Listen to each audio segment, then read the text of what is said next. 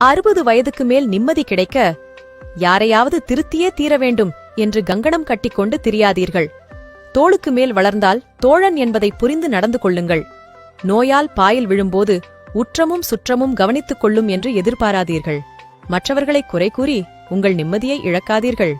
முதுமை காலத்தில் குழந்தைத்தனம் தலைகாட்டுமாதலால் அவர்களைப் போல் அடம் பிடிக்காதீர்கள். அந்த காலத்தில் என்று நீட்டி முழக்காதீர். இளைய தலைமுறை அதை ரசிப்பதில்லை என்பதை புரிந்து நடந்து கொள்ளுங்கள். உங்கள் மகிழ்ச்சி, நிம்மதி, அமைதிக்காக வாழுங்கள். மனைவி இருந்தால் அவளிடம் நிறைய பேசுங்கள். மாலை வேளையில் அமைதியான இடங்களில் அவளுடன் காலார நடந்து செல்லுங்கள். மனைவி இல்லையென்றால் அவளுடன் வாழ்ந்த கால நினைவுகளில் மூழ்குங்கள். பேரன், பேத்திகளிடம் அளவுடன் அன்பு காட்டுங்கள்.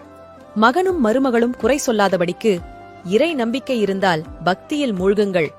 நம்பிக்கை இல்லாதவராக இருந்தால் நல்ல புத்தகங்களில் மூழ்குங்கள். உங்களுக்கு துணை நீங்கள்தான் என்பதை புரிந்து நடந்து கொள்ளுங்கள்.